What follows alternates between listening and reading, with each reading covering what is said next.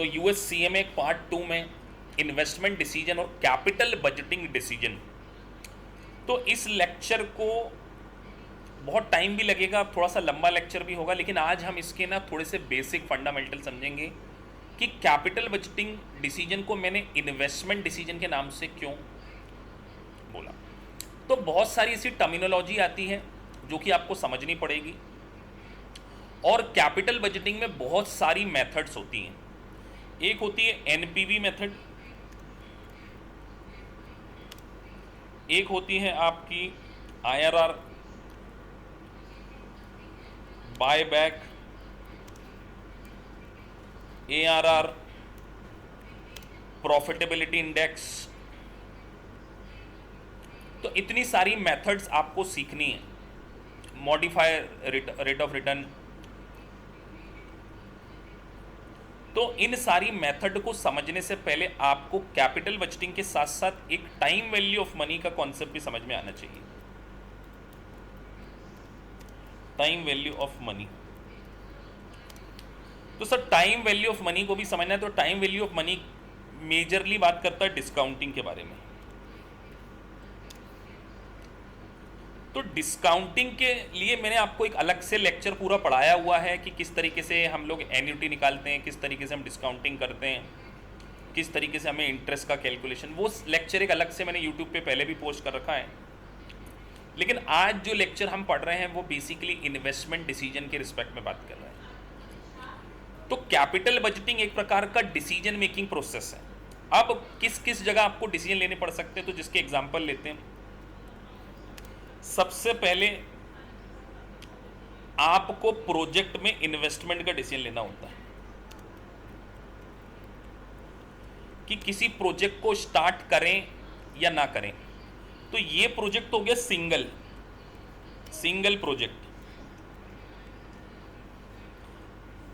अब मैं आप लोगों से अगर पूछूं कि अगर आपको कोई प्रोजेक्ट, कोई इन्वेस्टमेंट करना है सिंगल प्रोजेक्ट की, सर जैसे मुझे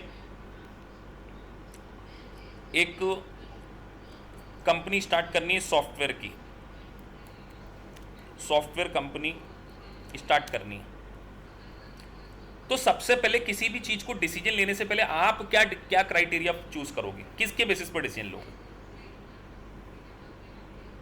अगर आपको बोला जाए कि एक डिसीजन लेना है तो आप किसके बेसिस पर डिसीजन लोगे? मैं आप लोगों से पूछ रहा हूं। रिटर्न, आपने बोला रिटर्न, फंडिंग, फंड्स, इन्होंने बोला फंड, और कोई सोर्स ऑफ फंड्स मतलब रिस्क। देखो इन्होंने बोला रिस्क, ये भी बहुत सही है।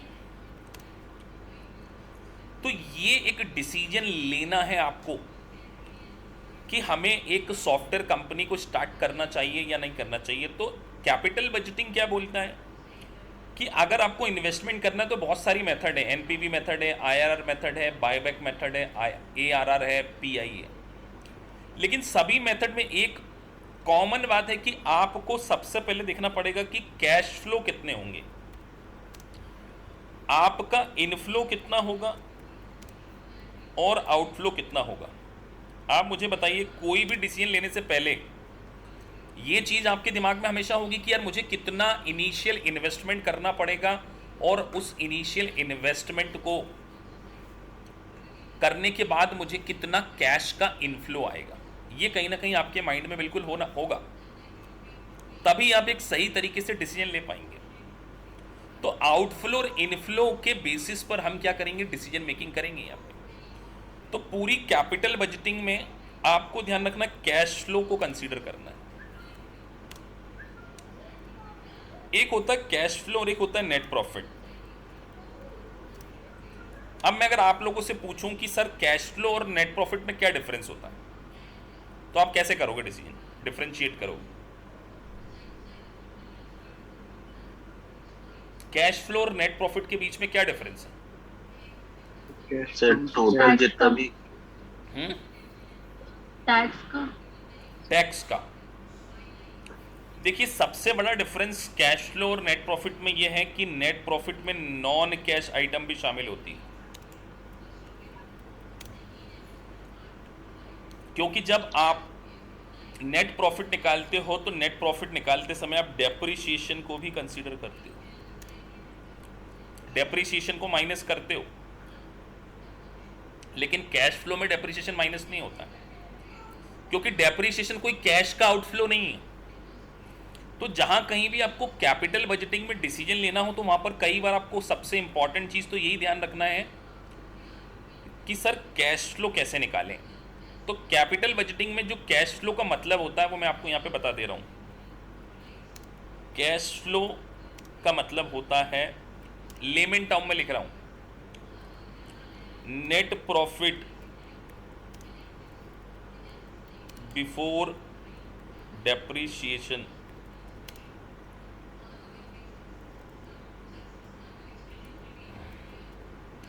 Net profit before depreciation after tax,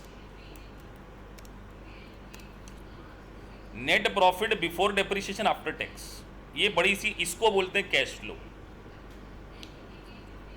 अब मैं आपसे पूछता हूं, अगर क्वेश्चन में आपको तीन चीजें गिवन है, नेट प्रॉफिट भी गिवन है,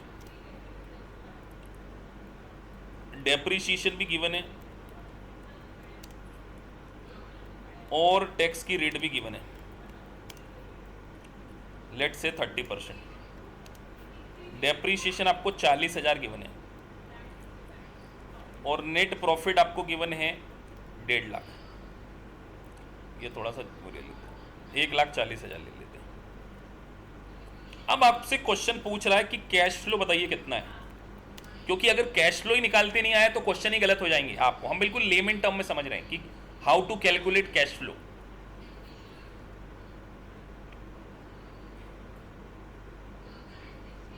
मैं आप लोगों से पूछ रहा हूं, आप बताइए यहाँ पे कैश फ्लो कितना होना चाहिए, फिर मैं आपको बताऊंगा।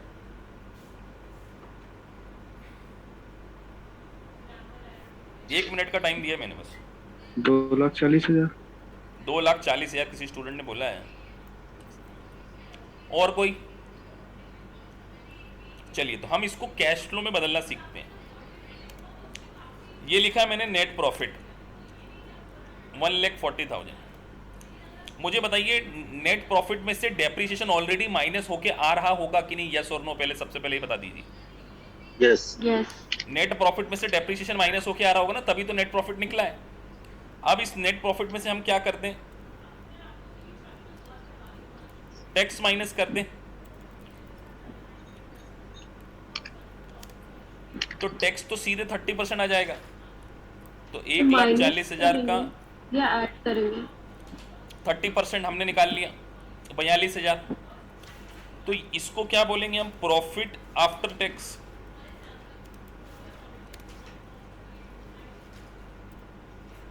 और 40,000 प्लस कर देंगे डेप्रिसिएशन का।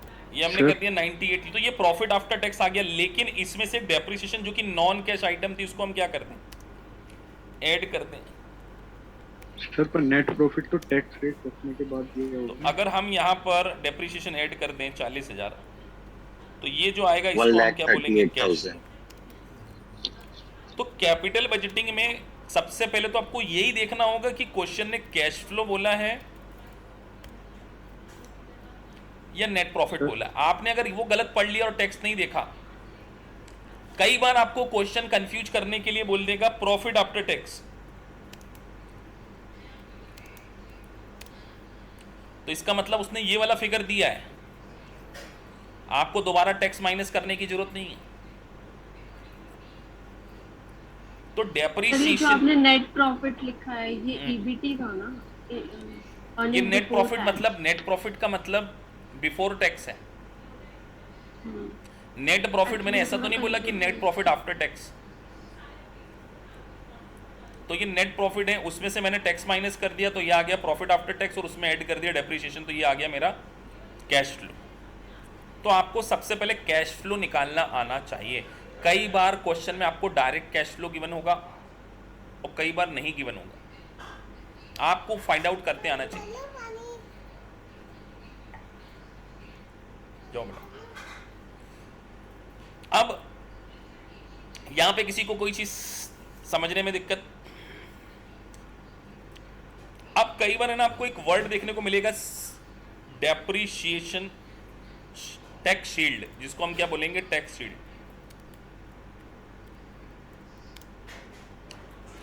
Tax shield on depreciation.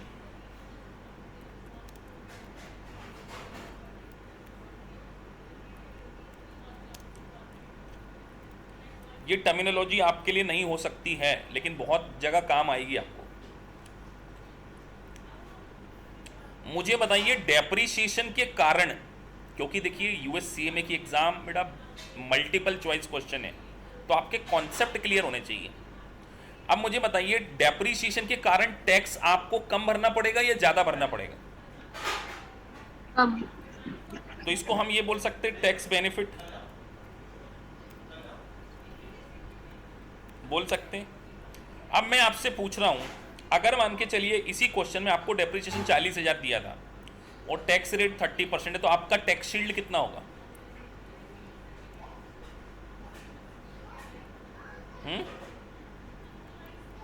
12,000। तो यहां पर फॉर्मूला लिख दिया हमने, depreciation is equal to 1 minus tax rate.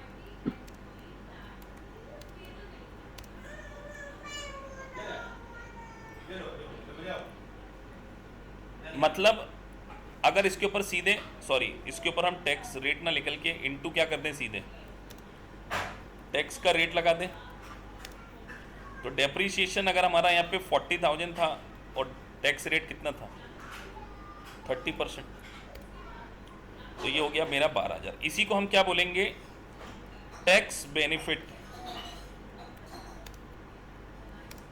On depreciation.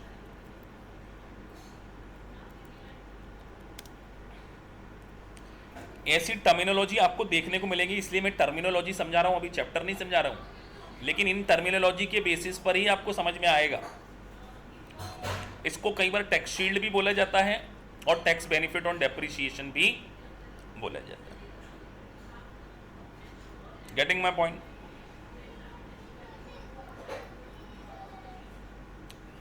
Sir इसका मतलब आप ये कहना चाह रहे हैं कि पूरे कैपिटल बजटिंग डिसीजन में हमें कैश फ्लो की जरूरत पड़ेगी, तो जो कैश फ्लो है उसका क्या मतलब होता है? मैंने क्या बताया आपको, कैश फ्लो का क्या मतलब बताया हमने? Net profit before depreciation after tax. Before depreciation after tax. After tax. ये इसका एक्चुअल में मीनिंग होता है, इसी को कैश फ्लो बोलते हैं। बस आपको क्वेश्चन में पहचानना पड़ेगा कि क्या क्वेश्चन ने नेट प्रॉफिट बोला है, क्या नेट प्रॉफिट बिफोर टैक्स तो नहीं बोल दिया, कहीं नेट प्रॉफिट आफ्टर टैक्स तो नहीं बोल दिया, कहीं कैश फ्लो। तो ऐसी टर्मिनोलॉजी में आपको कंफ्यूज किया जा सकता है, लेकिन आपके लॉजिक क्लियर होंगे तो आप इस चीज को क्या कर पाएंगे, अच्छे से समझ पाएंगे। अब मैं आपको एक कॉन्सेप्ट सिखाने जा रहा हूं कैपिटल बजटिंग में। पहले मैं सारे कॉन्सेप्ट क्लियर कर दूंगा आपके इसमें अगले 2-3 लेक्चर में। एक कॉन्सेप्ट मैं आपको सिखाने जा रहा हूं, पे बैक पीरियड।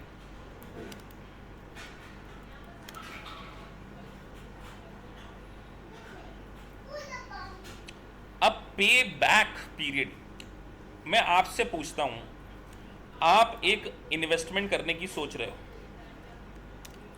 आपके पास 2 प्रोजेक्ट हैं, प्रोजेक्ट ए और प्रोजेक्ट बी। यहां पे दोनों में 1 लाख रुपए लगते हैं, यहां पे भी 1 लाख रुपए लगते हैं। इस प्रोजेक्ट में आपने जो 1 लाख रुपए लगाया है वो 5 साल में वापस आता है, और इस प्रोजेक्ट में जो पैसा लगाया है वो आपका 2 साल में वापस आ जाता है। मतलब आप 2 ईयर के अंदर अपना 1 लाख रुपये जो लगा चुके हैं उसको रिकवर कर लेते हैं।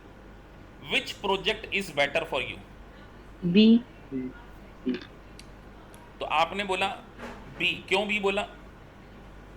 रिटर्न जल्दी। तो क्योंकि जल्दी पैसा वापस आ गया, जो पैसा आपने लगाया वो जल्दी, तो शॉर्टर, जो शॉर्ट पेबैक पीरियड है जिसका, वो कहीं ना कहीं आपके लिए बेटर है।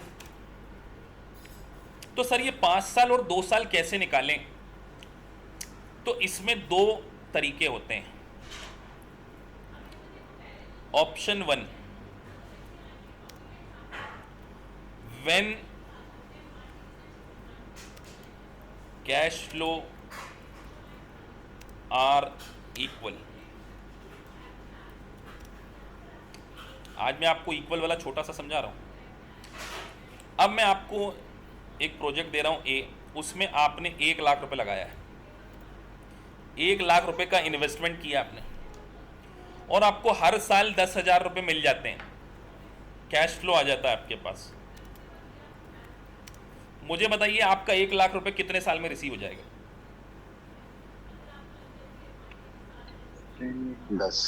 10 साल में।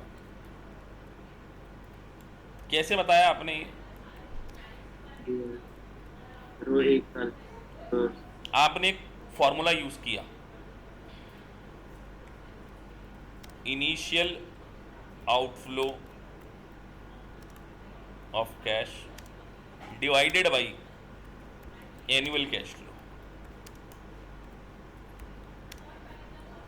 1 लाख लगाया और हर साल 10,000 मिल रहे थे, तो कितना हो गया? यही किया ना आपने, 10 ईयर। तो इसका मतलब सर जब कैश फ्लो इक्वल होते हैं, कैश फ्लो क्या होते हैं? जब इक्वल होते हैं तो एक फॉर्मूला हमें लगाना है जिसको हम यहाँ क्या बोलते हैं? Initial outflow of cash divided by annual. ये हमारा किसका फॉर्मूला हो गया? पे बैक का। ये फॉर्मूला है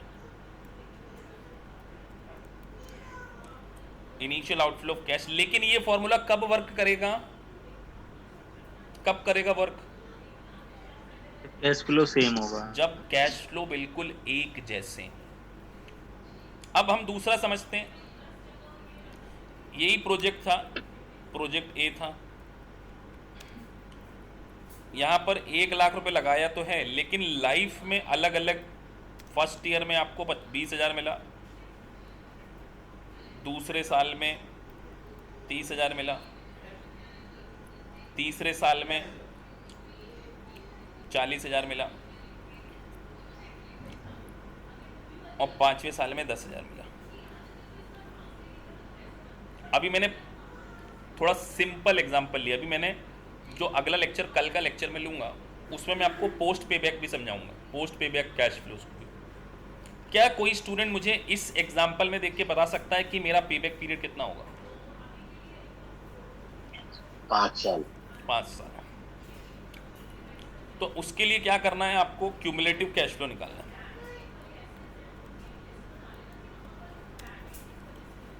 सर पहले साल तक 20 मिला, दूसरे साल में 30 मिला, तो टोटल कितना हो गया?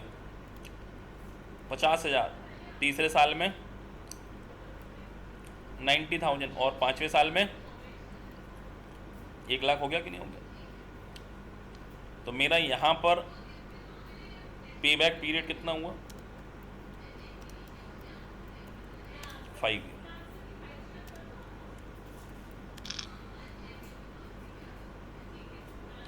अब अगर मान के चलिए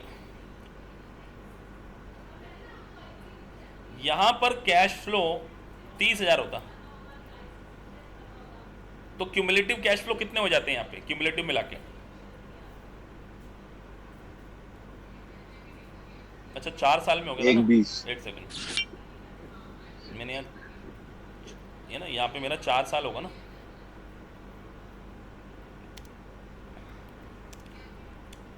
अब अगर मैं यहाँ पे इसी एग्जांपल को चेंज कर रहा हूँ, ये जो कैश फ्लो 10 की जगह मैं इसको 30,000 डाल रहा हूँ, तो ये कैश फ्लो कितना हो गया? तो मुझे कोई स्टूडेंट बताए कि मेरा यहाँ पर जो पे बैक पीरियड है 4 है या 3 और कुछ है? यहाँ पे मेरा पे बैक पीरियड पॉइंट समथिंग 4 क्यों नहीं हो सकता? क्योंकि सर चौथे साल में हमने जो इनिशियल लगाया था उससे ज्यादा रिकवर कर दिया। इसका मतलब 3 प्लस फ्यू मंथ्स हो सकते हैं, यही होगा ना? तो एक फॉर्मूले के बेसिस पर हम अगर देखें तो 3 तो ये हो गया।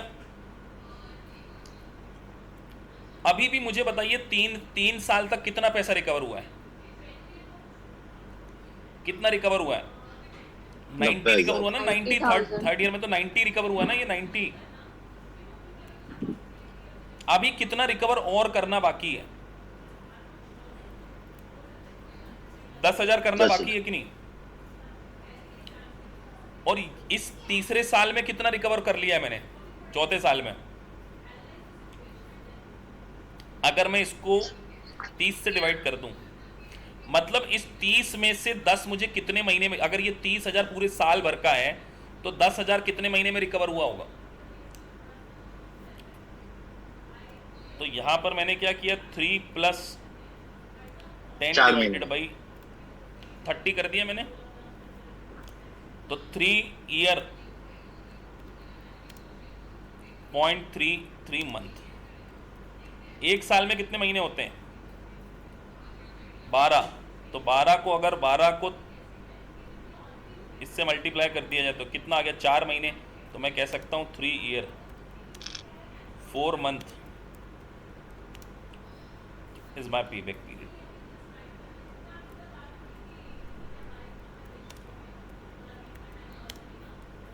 तीन साल 4 महीने मेरा क्या होगा? सर हमने क्या किया, हमने कुछ नहीं किया बेटा, सिर्फ ये 3 लिखा, प्लस हमने 90 रिकवर कर चुके, अभी 10 और रिकवर करना है। और ये जो 10 रिकवर करना है इस 30 में से करना है ना। तो ये 30,000 अगर पूरे साल भर का है और अगर इक्वल हर महीने हमें कैश फ्लो होता है तो 30 के प्रोपोर्शनेट में हमने 10 निकाल के क्या कर दिया। तो जब अगर कैश फ्लो इक्वल नहीं हो तो आपको थोड़ा सा डिफरेंट तरीके से क्या करना पड़ेगा, पे बैक पीरियड आपको निकालना पड़ेगा। यहां पे किसी को कोई दिक्कत समझने में प्रॉब्लम तो पूछ सकते हैं। ये था पे बैक पीरियड। और जब आपके पास एक से ज्यादा प्रोजेक्ट हो तो जिस प्रोजेक्ट का पे बैक पीरियड शॉर्टर होगा उस प्रोजेक्ट को आप क्या कर लेंगे, एक्सेप्ट कर लेंगे। तो आज हमने देखा जाए तो ऑफिशियली कैपिटल बजटिंग को स्टार्ट किया है। केवल आज मैंने आपको 2 टर्मिनोलॉजी समझाई है, कैश फ्लो और पे बैक पीरियड। ऐसी कल मैं आपको 5 टर्मिनोलॉजी अगले लेक्चर में और सिखाने वाला हूँ। ये तो लेक्चर 1 है इसका।